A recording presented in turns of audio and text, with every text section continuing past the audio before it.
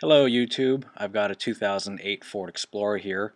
I previously diagnosed a no-start concern and the ignition switch is a fault here. So I thought I'd do a video real quick to show you how to replace the ignition switch on one of these Explorers, and a little later I'll also show you how to do the multifunction switch since it's right there.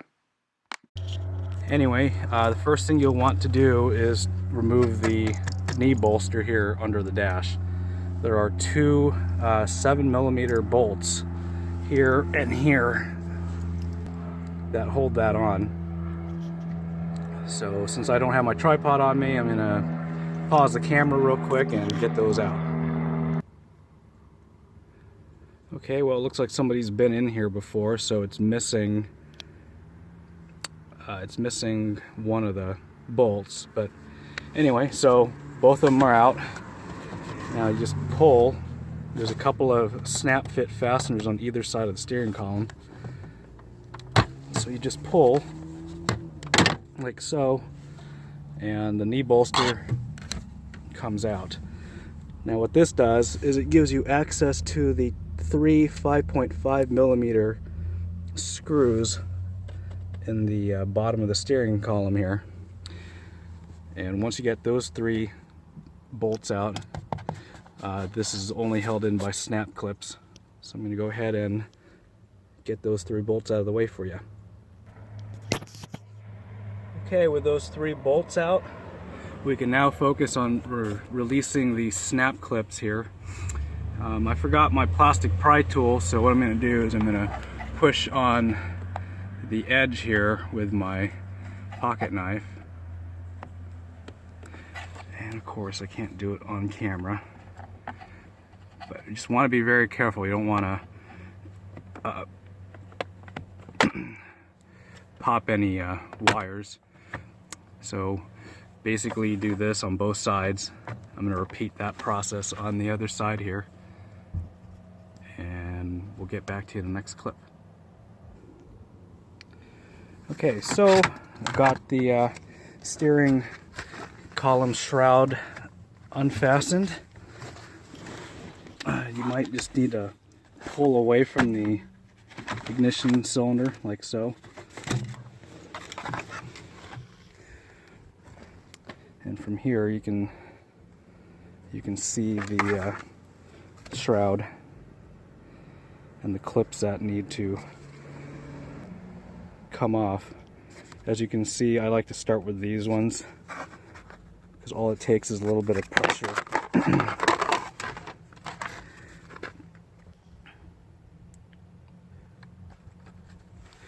All it takes is a little bit of pressure to release these clips. And then from there, these rear ones generally just pop off when you pull up. Okay. So next on the agenda is the ignition switch.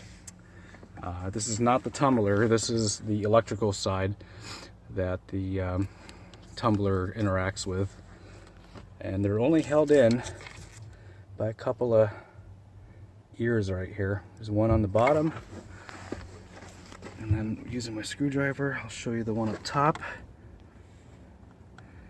right here. So all you have to do is just get a flathead screwdriver or pry tool of some sort and just push down on the ear. Okay, that one released. Let's see if we can get you in focus here.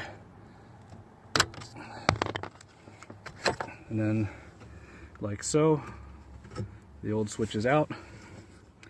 Just need to depress this fastener here to release the electrical plug. I don't think I'll be able to do it here with one hand, but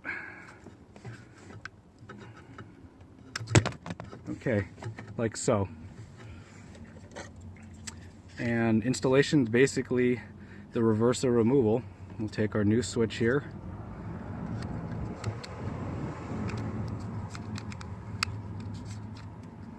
And okay, so I was able to get it off with one hand, but to line everything up,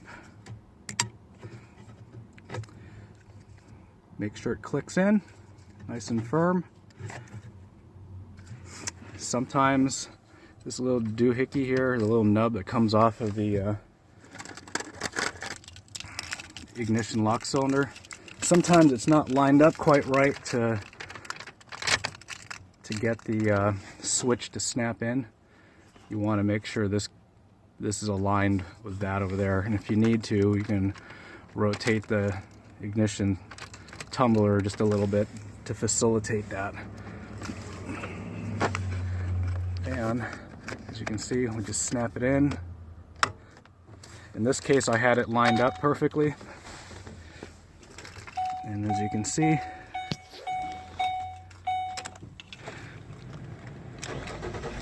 all right, that fixes the no start concern that I had with this vehicle.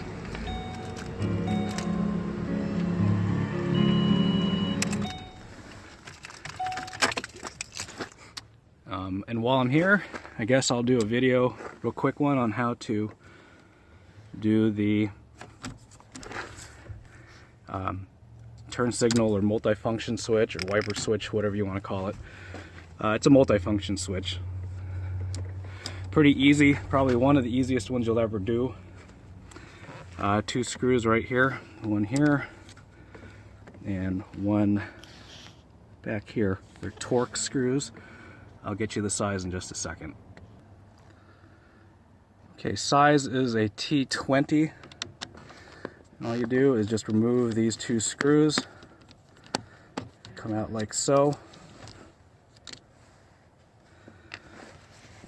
Now this other one might be a little hard to get to because of the angle, but as you can see here, I can just sneak my tools here.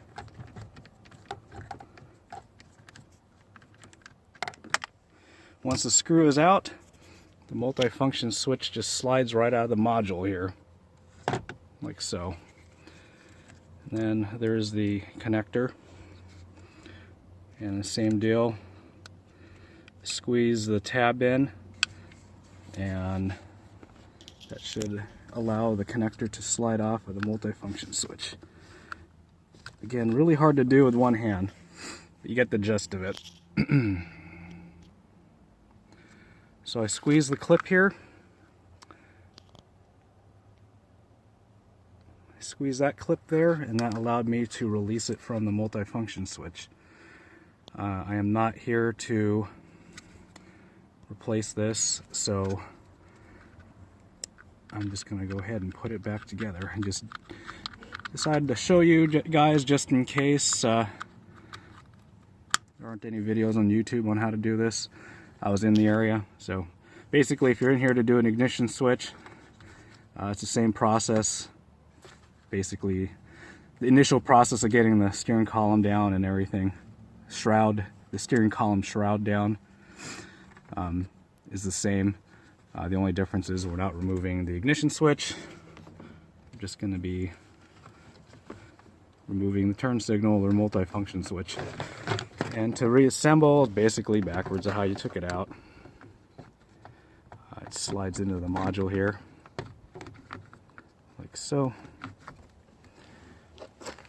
Just slides in. Put your 2 torque screws back in, 2 T20s. Snug them down. I don't have the torque spec off right off the top of my head, but basically just snug. These are just plastic. It doesn't need to be torqued on all that tight. Alright, well, once you have either your turn signal switch, if that's what you're replacing, or your ignition switch plugged in and ready to go, putting everything else back together is quite literally backwards of how you took it apart. So, I'm on a job here. I'm trying to get this done as fast as I can, so I will skip out on recording the reassembly process. But anyway, I hope this helps you guys. If you like what you've seen here, please give it a like. And if you have any questions or comments, please leave a comment. And until next time, have a nice day.